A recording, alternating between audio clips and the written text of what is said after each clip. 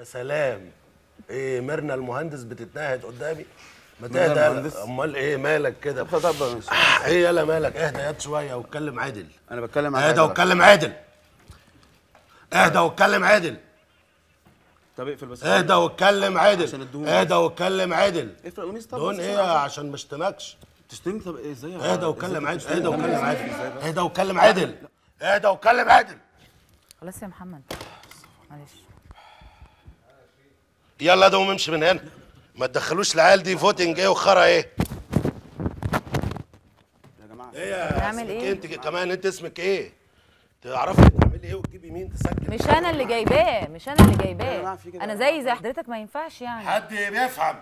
عايز حد انا بيفهم انا يتكلم. انا مش انا خلاص اللي جايباه. اتفضلي.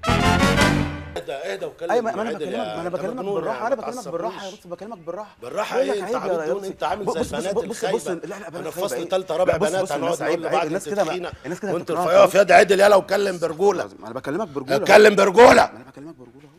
في ايه؟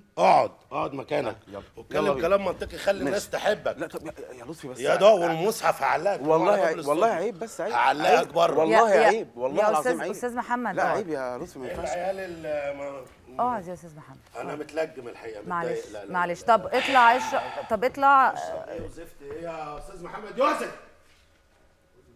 ممكن استاذ لطفي بس معلش انا فاضل 5 دقايق بعد اذنك. تعال تعال تعال يا استاذ محمد. انتوا ناس غريبه قوي. واتفضلي من قدام انت كمان. اتفضلي لما تعرفي تستضيفي ناس كويس وتعاملوا مع بعض كويس. حضرتك اتفضلي. مفيش حضرتك وانا متعصب. لا يا جماعه انا كمان انا ممكن امشي بقى. طب أنا طيب ممكن أسيب طب ما يعني المدرج كده ما يعني. ينفعش بجد ما ينفعش يعني. لا لا لا لا لا. ممكن امشي حالا يعني.